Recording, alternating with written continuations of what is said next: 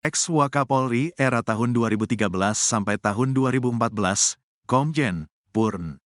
Ogroseno mengungkap analisisnya soal pelaku pembunuhan Vina dan Eki di Cirebon 2016 silam. Menurutnya, sejoli 16 tahun itu dibunuh oleh mafia yang memiliki dendam luar biasa. Hal itu lantaran penghilangan nyawa Eki, yang notabene anak polisi, Ibtu Rudiana, dan kekasihnya, Vina, itu dilakukan dengan sadis. Ogroseno meminta polisi menyelidiki bisnis di balik Eki atau Vina yang bisa saja berakibat pada pembunuhan itu. Analisa kita kan banyak waktu itu, Pak. Kalau sampai sadis seperti ini, bukan ukuran manusia yang dendam biasa, bukan. Ini mafia, tapi mafia apa saya gak tahu. Apa mafia kaitan dengan? Dilihat, ada gak bisnisnya Eki yang kira-kira misalnya dagang? Atau Vina mungkin bisnis lain lah, kata Ogroseno di kanal YouTube Abraham Samad SPEAK. Kamis, tanggal 18 Juli tahun 2024. Kadif Propam tahun 2009 sampai tahun 2010 itu juga menganalisis kemungkinan adanya urusan narkoba di balik pembunuhan Vina dan Eki. Atau mungkin bisa juga dengan narkoba dan sebagainya, kata Ogroseno. Ini pasti ada latar belakang yang mengakibatkan kedua anak manusia ini sampai dibunuh dengan cara-cara yang sadis, imbuhnya. Ogroseno melihat kesadisan pembunuhan Vina dan Eki pada luka di kepalanya. Menurutnya, kedua korban disiksa terlebih dahulu, lalu dipasangkan helm untuk kemudian dibuang di flyover Talun pada tanggal 27 Agustus tahun 2016 silam. Seperti kalau dia helmnya masih utuh, tapi di sini ada luka berat, apa tidak dipukul dulu baru helmnya dipakaikan kembali? Selain dipukul disiksa masih dalam keadaan hidup, sampai setengah mati sampai akhirnya meninggal, kata Ogroseno. Ogroseno pun melihat sosok kunci dari kasus ini adalah Ibtu Rudiana, yang pada 2016 masih berpangkat Aibtu. Rudiana dinilai berperan besar sebagai ayah Eki, dan juga sosok yang menyelidiki dan ikut menangkap para pelaku. Ogroseno meminta Rudiana agar menceritakan semua yang diketahuinya kepada Kapolri Jenderal Listio Sigit Prabowo. Sekali lagi kuncinya Ibtu Rudiana ini. Sudahlah ceritakan Ibtu Rudiana kepada Propam kalau takut atau ke Pak Kapolri, Wakapolri, Irwasum peristiwanya seperti ini, kata Ogroseno. Langkah bercerita ke Kapolri bisa dilakukan Rudiana seperti Richard Eliezer Pudihang Lumiu, Baradae, pada kasus Ferdi Sambo. Baradae bercerita kepada Kapolri bahwa penembak Nofriansyah Yosua Huta Barat, Brigadir J, adalah Ferdi Sambo yang saat itu Kadif Propam. Mungkin dia, Ibtu Rudiana, merasa bersalah, saya tahu kenapa saya tidak mengambil aksi. Mungkin ada ancaman sebelumnya kepada Ibtu Rudiana, tapi Ibtu Rudiana enggak bertindak kira-kira begitu. Akhirnya anak-anak jadi korban, jelas Ogroseno. Menurut Ogroseno, peluang Rudiana menghadap Kapolri terbuka. Rudiana, kata Ogroseno, seharusnya menyadari adanya kelemahan dan kekurangan terkait penanganan kasus tersebut. Pasalnya, Rudiana membuat laporan polisi mengenai kasus Vina Cirebon pada tanggal 31 Agustus tahun 2016. Padahal, penemuan mayat Vina dan Eki terjadi pada tanggal 26 Agustus tahun 2016. Kenapa Anda sebagai polisi membuat laporan tidak profesional? Anak Anda adalah menjadi korban, kenapa tidak diotopsi langsung, kata Ogroseno. Kalau dijawab saya duga kecelakaan lalu lintas ditemukan matikan perlu diotopsi juga, kalau yang nabrak sengaja itu kan pembunuhan, sambungnya. Namun bila kasus tersebut merupakan kecelakaan tunggal, Ogroseno mengatakan polisi bisa menyelidiki berkas rem sehingga bisa dilihat apakah korban dalam keadaan ngantuk atau pemabuk. Perlu keberanian Rudiana kepada pimpinan Polri dulu agar persoalan ini masyarakat tenang akan membuka tabir Eki dan Vina itu, katanya. Seperti diketahui, kasus Vina dan Eki di Cirebon pada Sabtu tanggal 27 Agustus tahun 2016 silam itu sudah berproses hukum dengan vonis pembunuhan berencana. Ada 8 pemuda yang ditangkap dan kemudian divonis hingga menjalani pidana penjara. Mereka adalah Rivaldi Aditya Wardana, Eko Ramdhani, Koplak, Hadi Saputra, Bolang, Eka Sandi, Tiwul, Jaya, Kliwon, Supriyanto, Kasdul, Sudirman, Saka Tatal. Seluruhnya divonis penjara seumur hidup kecuali Saka Tatal yang hanya divonis 8 tahun penjara karena saat peristiwa masih usia anak, dan sudah bebas sejak 2020. 3 orang atas nama Pegi, Andi dan Dani dinyatakan buron. Polda Jabar sempat menangkap Pegi Setiawan. Namun Peggy berhasil membuktikan dirinya bukanlah perong seperti buronan pada kasus Vina melalui sidang pra-peradilan. Kini, para terpidana, melalui kuasa hukumnya tengah mengumpulkan bukti baru atau novum untuk mengajukan peninjauan kembali atau PK agar bisa bebas. Saka total mantan terpidana kasus Vina Cirebon selesai mengikuti tes psikologi di Hotel Padan Jalan LLRE Marta Dinata, Kota Bandung pada Jumat 19 Juli 2024. Pemeriksaan itu dilakukan Saka selama sekitar 13 jam dimulai dari pukul 10 pagi. Selesai pemeriksaan, Saka mengungkap hanya diminta menggambar dan menjelaskan apa yang sudah digambarnya. Meski mengaku pusing lantaran pertanyaan yang banyak, Saka mengatakan ada 2 psikolog yang bersikap baik sehingga membuatnya lebih tenang. Ia berharap masyarakat mendoakannya agar peninjauan kembali atau PK bisa berjalan lancar dan mendapatkan hasil terbaik. Saka menegaskan tak pernah merasa melakukan apa yang dituduhkan. Kuasa hukum Saka, Titin Prilianti, menambahkan PK sebagai langkah untuk membuktikan bahwa kliennya tak bersalah dan sudah menghadapi penyiksaan saat ditahan. Titin menyebut sebelum pengajuan PK, tim kuasa hukum di Jakarta sudah berkirim surat ke Kapolri, Komisi Yudisial, Mahkamah Agung, Jaksa Agung, dan semua agar turut memantau.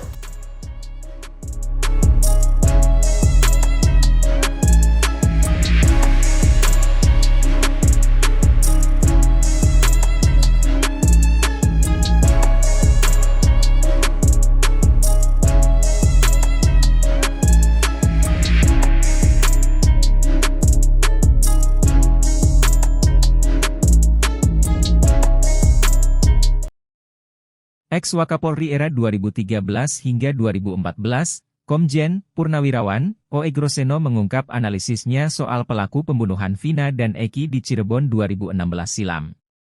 Menurutnya, sejoli 16 tahun itu dibunuh oleh mafia yang memiliki dendam luar biasa. Hal itu lantaran penghilangan nyawa Eki, yang notabene anak polisi, Ibtu Rudiana, dan kekasihnya, Vina, itu dilakukan dengan sadis. O.E. Groseno meminta polisi menyelidiki bisnis di balik Eki atau Vina yang bisa saja berakibat pada pembunuhan itu. Ini mafia, tapi mafia apa saya gak tahu. Apa mafia kaitan dengan, dilihat, ada gak bisnisnya Eki yang kira-kira misalnya dagang, atau Vina mungkin bisnis lain lah, kata O.E. Groseno, Kamis, 18 Juli 2024. Kadif Propam 2009 hingga 2010 itu juga menganalisis kemungkinan adanya urusan narkoba di balik pembunuhan Vina dan Eki. Ini pasti ada latar belakang yang mengakibatkan kedua anak manusia ini sampai dibunuh dengan cara-cara yang sadis, imbuhnya. O.E. Groseno melihat kesadisan pembunuhan Vina dan Eki pada luka di kepalanya.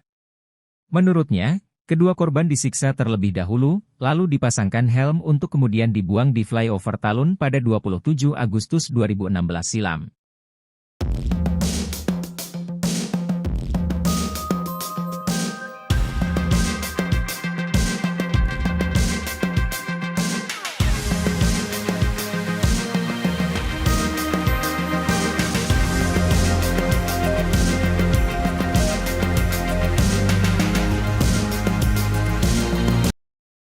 Pengacara Peggy Setiawan, Tony RM, mengungkap kecurigaannya terkait alasan tak dibukanya rekaman CCTV tragedi pembunuhan Vina dan Eki di Cirebon pada 2016 silam. Diketahui, sejak awal proses persidangan kasus Vina Cirebon pada 2016 silam hingga saat ini, bukti rekaman CCTV pembunuhan tak kunjung dihadirkan oleh penyidik Polda Jawa Barat, Jabar. Atas hal itu, Tony pun curiga, CCTV itu baru didapat penyidik Polda Jabar setelah para terpidana kasus Vina ditangkap. Para terpidana kasus Vina itu pun sudah telanjur mendapat penyiksaan dari penyidik sehingga CCTV itu akhirnya tidak dilampirkan sebagai barang bukti. Dalam kesempatan yang sama, pakar telematika, Roy Suryo, mengaku sepakat dengan pendapat Tony.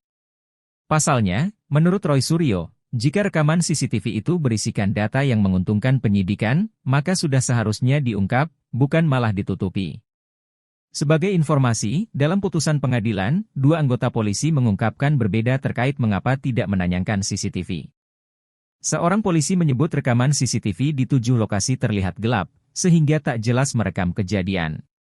Lalu, polisi yang lain menyebut tak memiliki kemampuan atau keahlian untuk mengakses CCTV. Roy Suryo pun menilai itu sebagai alasan yang konyol, karena membuka rekaman CCTV sangatlah mudah.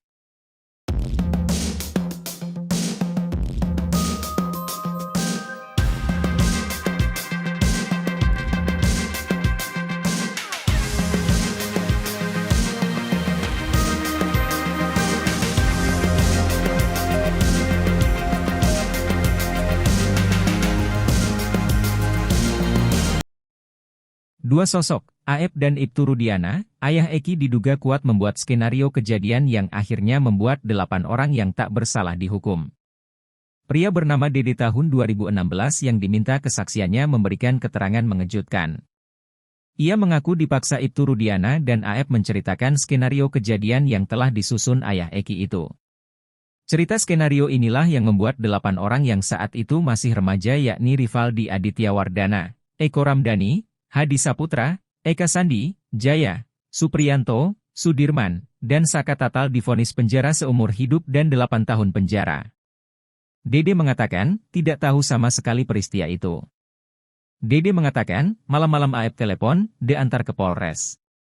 Posisi saya di rumah, kata Dede. Awalnya Dede mau mengantar Aep ke Polres karena Aep tidak tahu jalan di Cirebon karena Aep perantau. Dede bertanya untuk apa Aep ke Polres dan dijawab jadi saksi lantaran anaknya Rudiana meninggal. Dede yang tidak tahu apa-apa pun diminta untuk ikut-ikut saja. Dede mengatakan Aep dan Rudiana sudah saling bicara satu sama lain. Kesaksiannya 8 tahun lalu, kata dia adalah skenario yang sudah disusun Ibtu Rudiana. Dede mengaku tidak mau memberikan kesaksian palsu tapi takut menolak. Dede lantas menanyakan apakahnya sebuah pengarahan. Mendengar pengakuan mengejutkan Dede, Dedi Mulyadi sempat tak percaya. Ibtu Rudiana diminta menyontoh Baradae.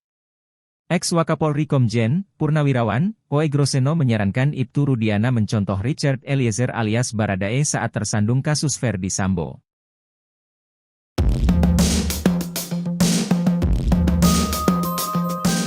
Pengacara Peggy Setiawan, Tony RM, membeberkan pihaknya mendapatkan informasi saksi baru dari kasus pembunuhan Vina dan Eki di Cirebon, Jawa Barat, pada 2016 silam. Menurut Tony, saksi baru ini belum pernah muncul sama sekali di hadapan publik. Saksi tersebut memberikan informasi kepada Tony terkait rekaman CCTV yang diamankan oleh ayah kandung Eki, Ibtu Rudiana, dan anggota Polres Cirebon. Pada Agustus 2016 silam, terdapat 7 kamera CCTV yang tersebar di Jalan Perjuangan hingga flyover Talun. Sementara, jenazah Vina dan Eki pertama kali ditemukan di sekitar flyover Talun. Namun, dari kesaksian 2 anggota Polres Cirebon yang tertuang di putusan pengadilan, CCTV itu tidak bisa diakses. Dari pengakuan saksi baru ini, Tony menyebut ada CCTV di flyover Talun dan jika itu dibuka maka akan terlihat siapa pelaku yang membuang jenazah Vina dan Eki. Lebih lanjut, Tony menyebut, saksi baru ini mengatakan kepadanya, Ibtu Rudiana dan rekannya lah yang mengamankan 2 CCTV di lokasi kejadian. Diketahui, 2 CCTV tersebut menghadap ke lokasi penemuan Vina dan Eki. Rekaman CCTV itu juga merekam secara jelas detik-detik sebelum jenazah Eki dan Vina ditemukan di atas flyover Talun. Sehingga Tony menilai, Ibtu Rudiana dan rekannya bisa menjadi salah satu kunci terkuaknya tragedi pembunuhan Vina dan Eki.